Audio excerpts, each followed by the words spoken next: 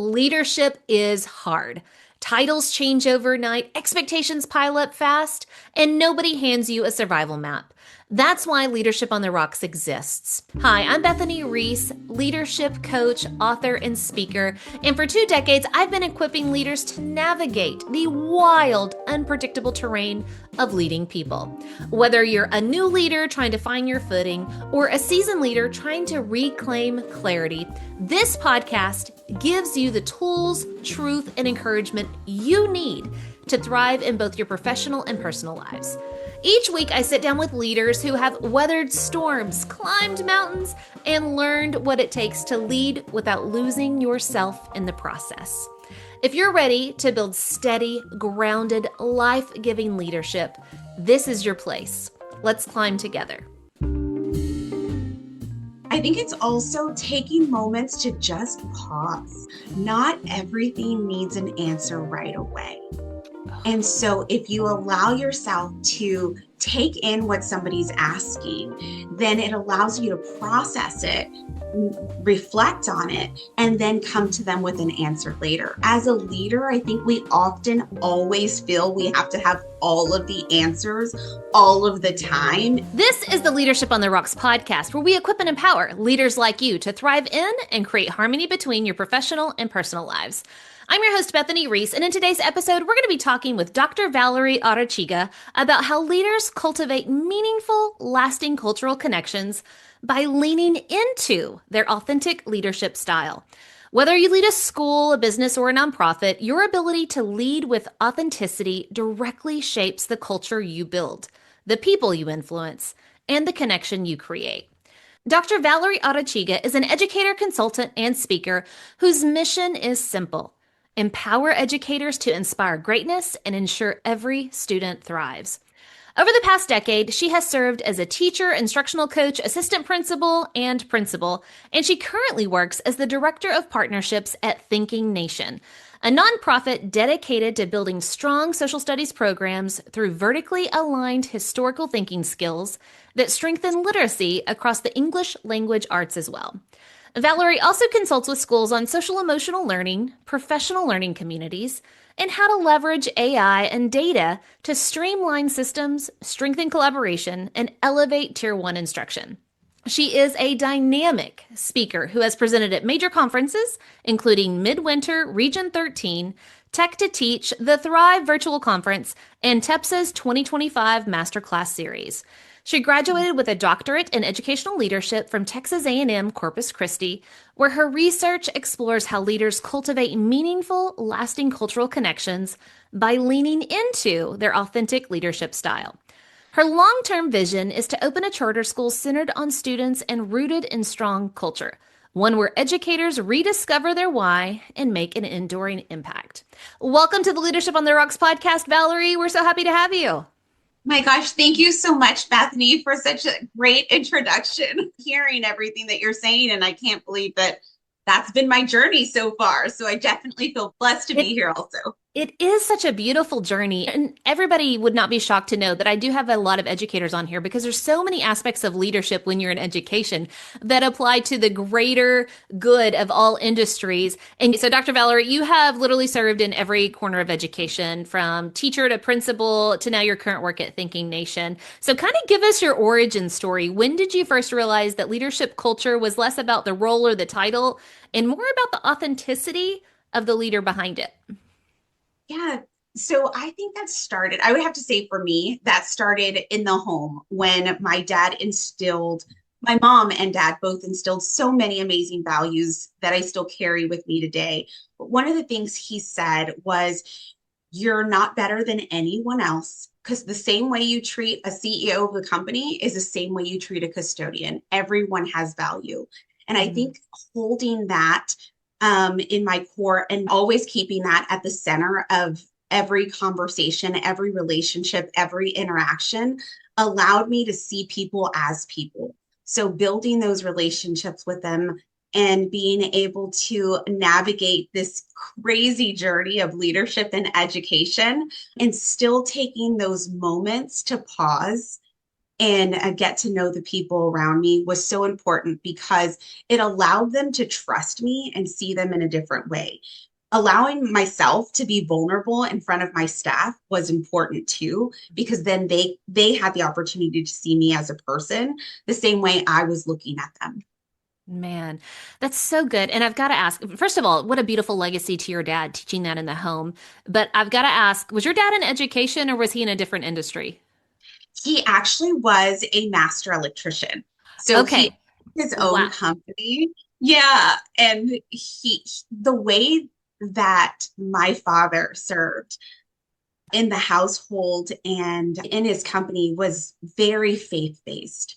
It was, and everything happened for a reason, and God will provide. And but it was also strong too. In these are expectations, and expectations and accountability are not bad words. And so you always need to be better than you were the day before, just 1%. And that was definitely how he led, and what I have continued to follow. Oh, that's so good. And I just love the reason I asked that question is Mm, we know in an education world, for those of you that are not educators, it's always about relationship first. Kids don't care what you know till they know you care. Like there's so many cliches that we can say that talk about education. But the reason I asked that, because I just had this feeling, I was like, I don't think he's in education, is it doesn't matter the industry. Whenever you're dealing with leadership, what a beautiful lesson that you learned that was a core value in your home of you've got to value people. Everybody is worthy. You value people and how you engage with that. And I think that that beginning origin for you set you off on a path. And that's why you're such a phenomenal leader and why you're here on the podcast to share with us of how can we be an authentic leader leaning in and caring for people? Because I think so often what we try to do is be like everybody else. And so now I want to dive in and I'm going to start with an education example, but it's so much bigger. First, I want to start with, does everybody here remember what you felt like in junior high and high school? You just wanted to blend in. You wanted to look like, sound like, dress like everybody else.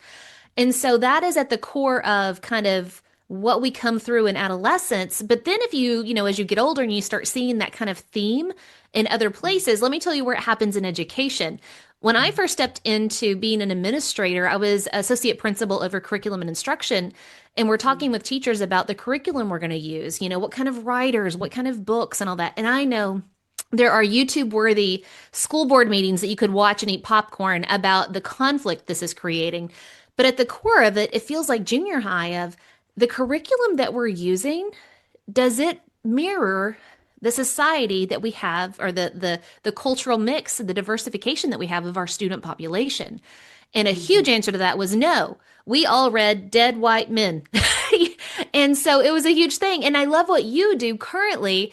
You're working with aligning, English language, social studies to emphasize that vertical alignment of historical thinking skills, but you're also working to make sure that that alignment mirrors the students in which it's serving. So talk to us, give us kind of what you do now of the instructional alignment and how that mirrors what leaders need to do of aligning values, behaviors, expectations inside maybe their organizational culture. So can you bridge us from education, curriculum, diversity, reflecting all that, all the way to, okay, how does that apply to like normal work jobs?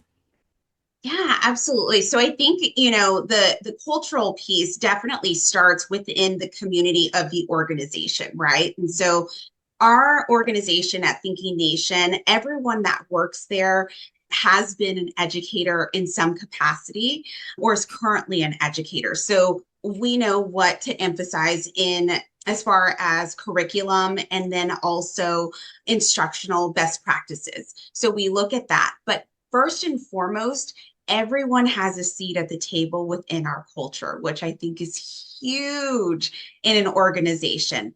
Everyone brings something to the table, and everyone's voice is valued. And so we look at different aspects of my culture, of their culture, and then we look at history. And history is a story of the past. And so things happened that we cannot change. But we bring that in, but we allow for critical thinking to actually happen.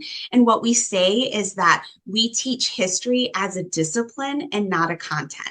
We don't want Ooh. little encyclopedias walking around. But what we do want is students to look at history, look at the past, and then create their own opinion based off of what they see, what they've read, and then their own personal experience, and really harness that critical thinking that I feel like students are not doing. And so I think that when you take all of those pieces and you bring them together and creating an organization, a nonprofit organization like Thinking Nation, it's important to pull from everyone's aspect, but all aspects, right? We're Mhm. not just teaching students who all know how to read, who all come with background knowledge. So it's important for us to pull from different aspects. And I think that in leaning into that as a leader in a different organization, you're doing that as well. You may not have been brought up the same way as other people that you lead, but it's important to stop and listen, build those relationships, and seek to understand why are they answering that way, where does that come from. And I think that a lot of leaders were so busy in that hustle and bustle that we forget to just pause, listen, and be vulnerable with ourselves and our staff. Yeah. It's so good. I love so much of what you're saying and what Thinking Nation is working to do. It's creating thought, critical thinking of we need to prepare a safe space for different voices to come to the table and then have thinking conversations of what's really going on here. Well, what perspective are we looking from? If you think of all those higher level questions, is there something we're missing here because we're only looking at it through one lens? Is there a different way we can look at this? What implications does this have for the future? Like all of these conversations that you're talking about having in a history class of all things, Yeah. how can we bring that kind of culture into our organizations as leaders? Because whether I'm talking about Abraham Lincoln's speech 4 score and 7 years ago, or if I'm talking about, hey, we have a changing, shifting market due to tariffs, or we have, a different product line coming out, it doesn't matter what industry you're in, you're still having those critical thinking conversations and creative problem solving conversations. And so Yeah. it's so needed to set that tone. And add to that, and this is not a political show whatsoever, but I know there's a lot of sensitive touch points about diversity. And Mm. we're not talking politics here. We're talking about as a leader, you have to recognize the fact that not everybody thinks like you. They didn't come from your same background. They don't have the same experience. They don't have the same personality. So when we talk about diversity here moving forward, we're talking about all the things. We're not talking about all the political things. I need you to think broader and bigger than that. We're talking about diversity of perspective, worldview, thought, talent. I am a creative problem solver. My talent is idea generation. I love coming up with ideas. My talent is not analytics and details. So you had best Mhm. pair me with somebody who's good at with analytics and details. Okay. Yes. I loved what you said earlier. You talked about making sure that everybody has a seat at the table.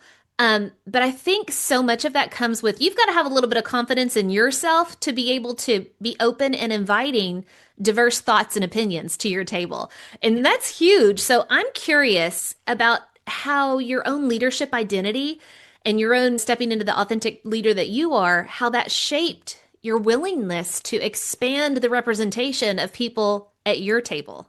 How in the world did you get there? Because a lot of us are like, I don't want anybody to like call me out. I don't want conflict. I don't want to invite anybody that's different. I want people on my team that think like, now this is stuff leaders probably don't confess to, but we know it's true. It happens all the time.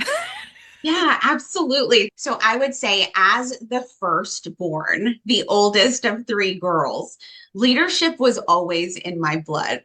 Oh I yeah. also feel that, in taking that and being a silent observer of my dad and my mom and their interaction and how they interacted with people around them, again, and watching them, especially my father, run his business and um, not going against his core values. That was important to me. But I also remember him saying I was not better than anyone around me.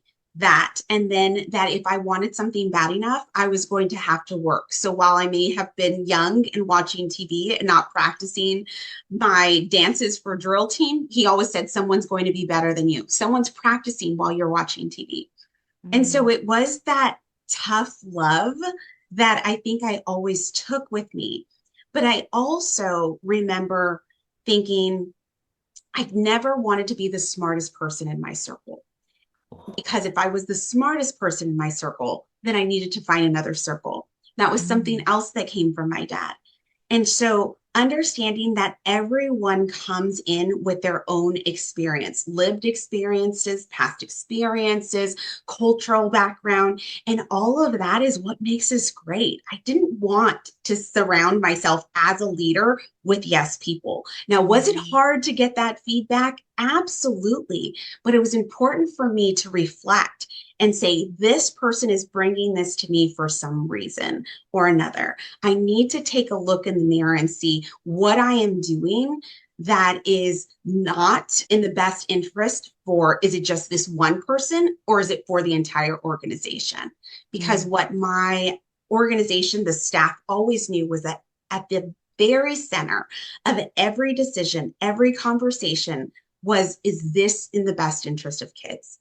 And if it Mm. wasn't, then we were going to come back to the table as a group, because there's not just one person that is the smartest person in the room. The room is the smartest. And so it's important to bring all of the ideas from everyone and give everyone a seat, but not just a seat at the table, but a voice. There were many Mm. times in leadership that I was not given a voice or I was not given a seat at the table. And it was hard. It was really hard to walk away. And then you start to get those whispers that tell Mhm. you maybe this is not the right place for you. Maybe you're doing things wrong. But you really need to self reflect in those moments and say, but am I staying true to my core values? What am I doing that is centering these core values? And am I living those out? And if the answer is yes, I'm doing all of those things, then coming to that hard conclusion that maybe the organization is not the best place for you. And that's what kind of forced me to venture out and look at other things differently, look at organizations differently. And I still have that scarcity mindset like everyone else, and I'm not always confident. I'm constantly having to talk myself up in different areas, but I think it's good when you understand what your core values are and what you're not willing to go against. Then I think it makes all those other decisions easy. I Can I just put a bow on all the things that I heard? I just feel like this is the most beautiful testimony. Number one, you came from a family where core values were intentionally instilled in you. And I don't think, and this is the parallel, this show talks all the time about leadership, like at work, but man, it's parallel at home. Of your dad was so intentional of this is who we are as a family, as a person, as a worker, as a leader. And then you took that in and you owned it. This is who I am. You had a very strong identity of who I am. But that built a confidence, but it built a humble confidence of, I know who I am, but I'm also humble enough to say, I may not be right in all things. And so I'm going to, whenever I get in control of a table and inviting people to the table, I'm going to invite people who think differently than me. And Mhm. I'm not in competition. I'm not offended. I don't feel threatened. A lot of leaders feel threatened by other leaders. Yeah. And because you have that stability of your core values, your rock foundation of that, you then opened up the table of, hey, everybody come in. But then I love this part too. You're talking about, okay, it doesn't mean just because you invite diverse voices to the table and they may have differences of opinion, doesn't mean you have to go with them. There's a Mhm. difference in hearing and then feeling pressured to always follow everybody. If you're always following everybody's opinion, you're going nowhere. You're going to run in circles. And so the next part of what you said was, not only do I feel more comfortable inviting other people in, but then if I feel like, you know what, this organization is going somewhere different that violates my values or who I am, I know I have the freedom to leave. And Mhm. that also takes such a humble confidence. And I think so often we lose out on that freedom that we have as leaders. Number one, do we know who we are? Do we feel humble confidence in who we are? And then that allows us to invite diverse thoughts, diverse opinions. But then if we see something going the wrong way, we also know we have the freedom to jump off the train. We don't have Yeah, to keep going down that road. And it was so right. beautiful. I love how you tied all that in, all from pretty much your origin story of your home life all the way into your leadership as a principal. It was so beautiful. And so, as we kind of look at the next step, can you help us? So, for the person that wasn't raised with a strong family, or maybe they don't have a strong identity in who they are as a person or who they are as a leader, can you first kind of give us a target? What does it mean to be an authentic leader, right? So, what is authenticity? But then, after you kind of define that for us, how do we even start the path of progress to feeling like an authentic leader, like I'm really being and leading the way that God designed me to? So, what is Yeah. it, and how do we get there? Yes, absolutely. So I think it takes a lot of self-reflection, as someone who enjoys going to therapy and unpacking everything about my life with someone else. I've learned to do a lot of reflecting and to stay within that circle of control. What does that look like? What can I control and what's going to make me the best version of me? And so for me, I know that's starting the morning with prayer. The next thing is starting a workout, whatever that looks like, whether it be something at home or at the gym or running. And then after that, I feel like, okay, I can conquer the day. And so then getting to the office, and for me, it is organization, knowing what my day is. I'm a checklist kind of girl. So checking off boxes is important to me. It makes me feel productive. And even if I do something that I've already did that's not on the list, I'm going to write that down and check that off just so that way I know I'm being productive or I was more productive than what I thought. And so I think it's a little bit of that. I think it's also taking moments to just pause. I think they call it the power of the pause. Not everything needs an answer right away. And so if you allow yourself to take in what somebody's asking, then it allows you to process it, reflect on it, and then come to them with an answer later. As a leader, I think we often always feel we have to have all of the answers all of the time. And then immediately, that's one of the things that I learned being removed from that space. I didn't have all the answers all the time, and I felt like I needed to. And so that left such a sense of urgency, which created anxiousness on my heart. And I wasn't the best leader in that way. And Oh so man. I think it was the power of the pause has taught me to really think about what someone's saying, Hmm. focus on the current environment that we are, and then come back to them with an answer that is definitely going to suit the organization, suit the culture, and suit the person. If you're enjoying the Leadership on the Rocks podcast, be sure to subscribe and follow so you don't miss a single episode. And also, please rate the show. We hope to earn 5 stars in serving you in leadership. And through your ratings, it'll help us get the word out about what we do here at Leadership on the Rocks. Now, back to the show. I feel like that is a huge application tip for me and everybody listening. You gave us a permission slip. Let's go with the school analogy. You gave us a permission slip that says, hey, take a pause. It's okay. Yeah. You don't have to be hustle, hustle, hustle, go, go, go, go, go, task, task, task. It's in the morning, start your day asking great reflective questions. That's how you really come to terms with who you are, what you value, what your goals are in life. And then as you get to work and you get in the hustle and bustle, right, of firefighting or whatever it is for you in your industry, there is a power in that pause. And Dr. Valerie, she's a doctor. Take it. She gave you a prescription of pause. I love it so much. It's so good. And I think we need that more. We can get so caught up into, I have to do everything in my own power. We forget that, number one, you can say, thank you so much for asking that question. Do you mind if I get back to you? I mean, that is such a great way to buy yourself time to, okay, now let me do some prayer. Let me talk to other people. Let me seek out other advisors in this. Let me look at all the facts because people coming to you, like hounding you for an answer, a lot of times it's going to be one-sided. Here's the problem. Here's what we need to do. And Right. so your job as a leader is to pause and kind of back up and take in a bigger picture. because your decisions will have a greater impact. It's so good. Such great advice. And so doctor, you've already given us the prescription, the permission slip. So good doctor, talk to us about your dissertation. You are all about authentic leadership. You're all about culture. So dive into it and give us like the cliff notes of your dissertation because I know it's going to be so beneficial for our leadership. Yeah, so I looked at Latina leaders in K through 12 setting that are currently sitting principals 3 years or more in education, and I looked at how they harness their cultural wealth to lead. One of my questions in leading was, why do I lead the way I do?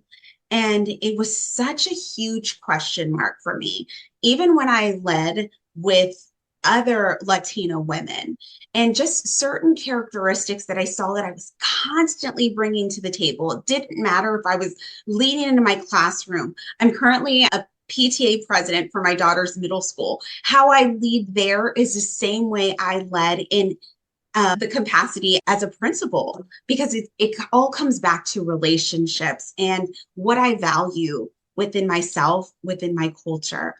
And Mhm. so I wanted to see if other women in public education thought about that.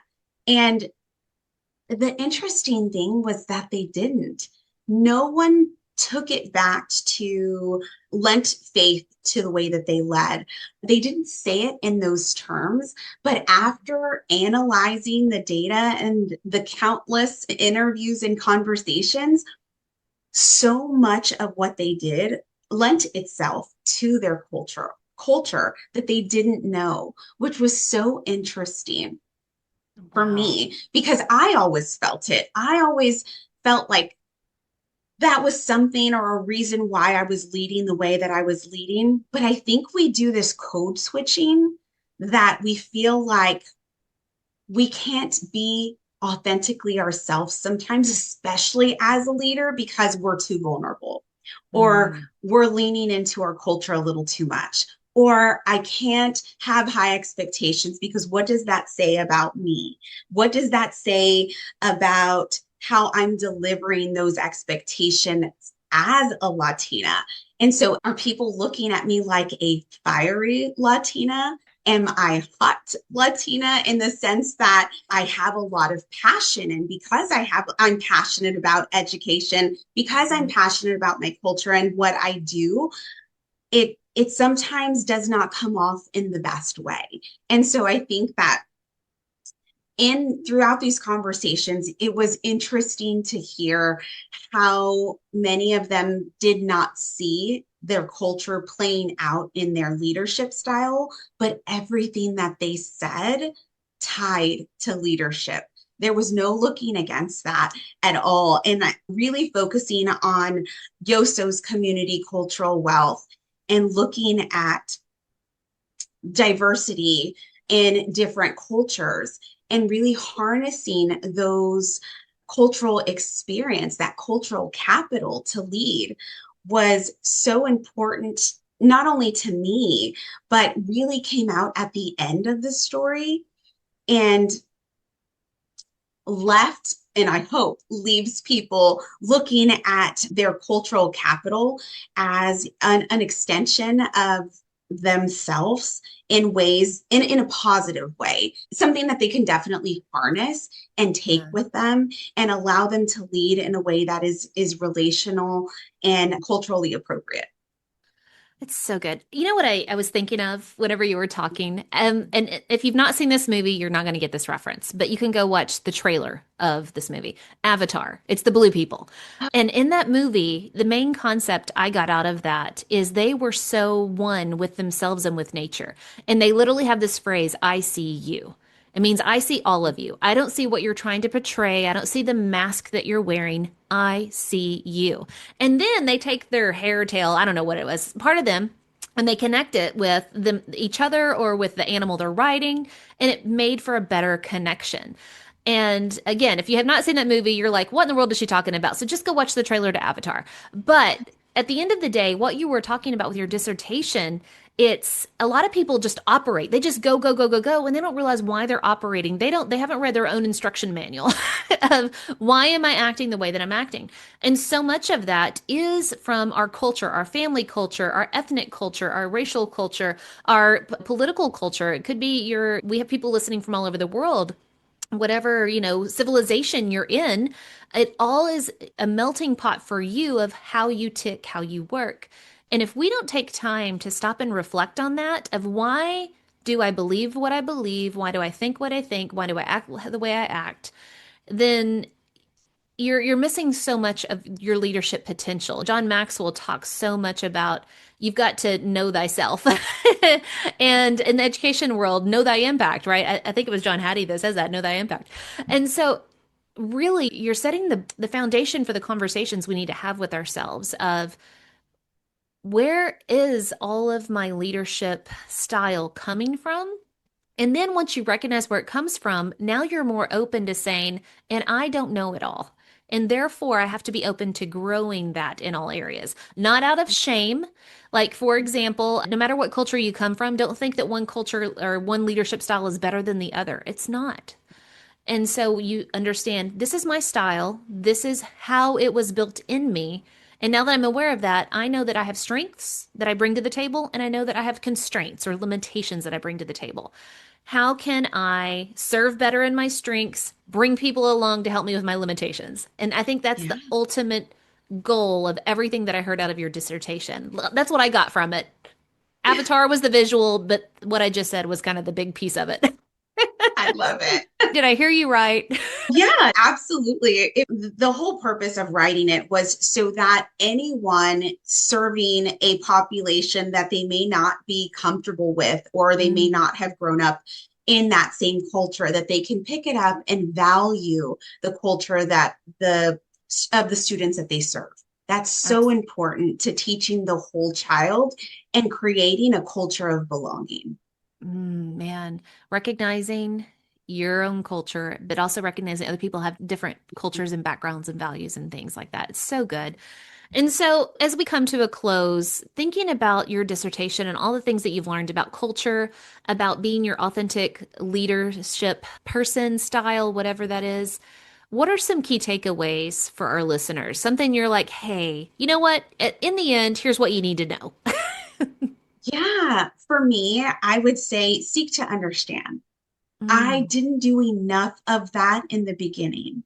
And being removed from public education and now serving in the business world of education, I've learned that and I'm able to do that a lot better now, to where I say, if I ever go back, that's one of the things I'm always going to start with is seeking to understand. Not everybody is not doing what they're asked to do because they don't want to.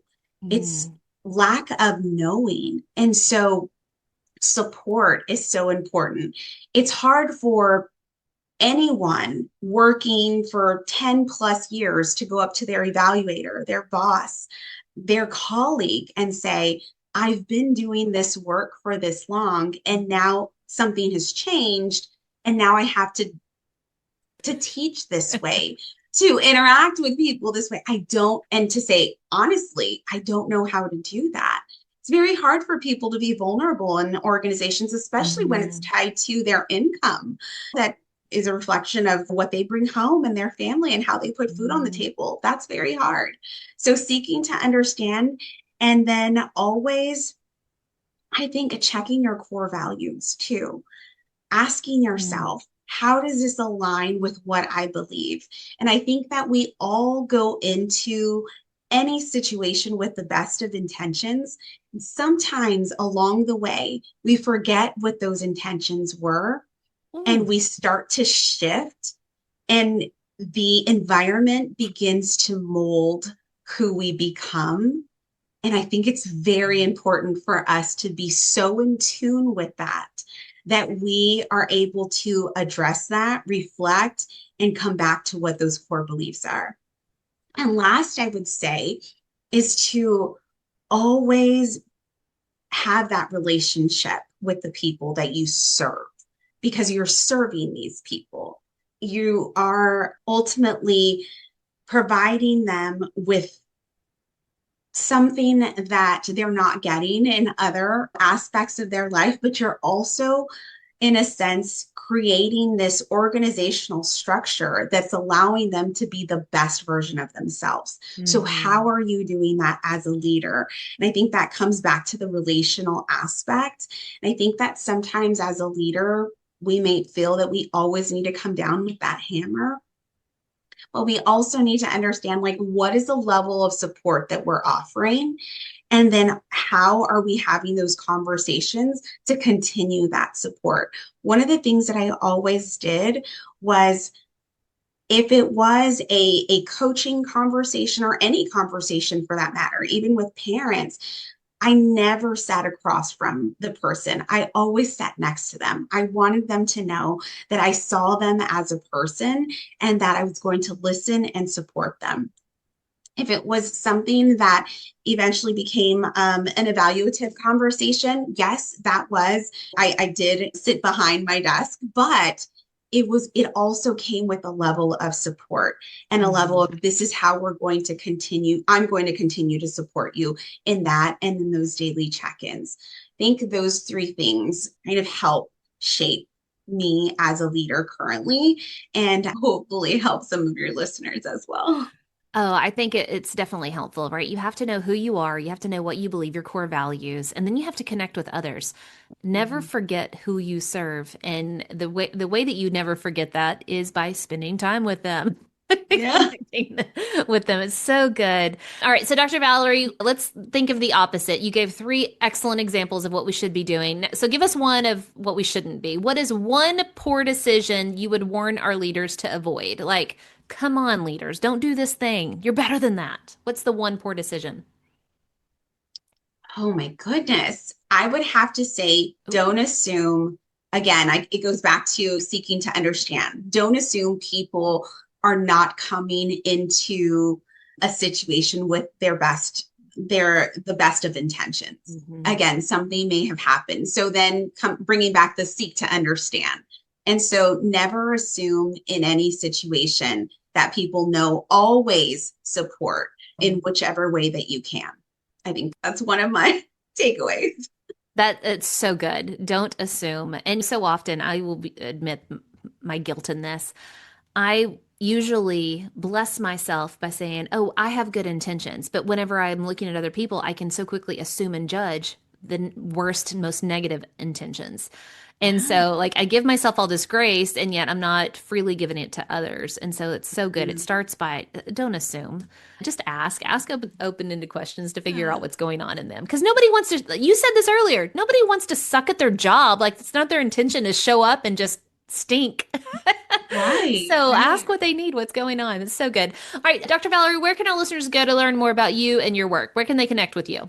Yeah, so I'm on LinkedIn. So Valerie Nashsmith hyphen Arechiga on LinkedIn, VA Arechiga 24 on Instagram, and Valerie Arechiga on Facebook, and thinkingnation.org.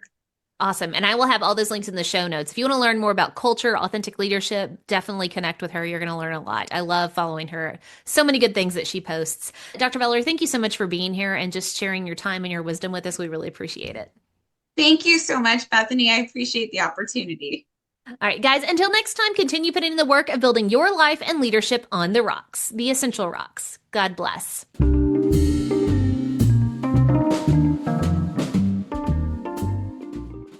Remember, the most essential rock you can build your life and leadership on is the rock of Jesus Christ. Today's Bible verse comes from 2 Corinthians chapter 4, verses 16 through 18. So we do not lose heart. Though our outer self is wasting away, our inner self is being renewed day by day. For this light, momentary affliction is preparing for us an eternal weight of glory beyond all comparison, as we look not only to the things that are seen, but to the things that are unseen. For the things that are seen are transient, but the things that are unseen are eternal.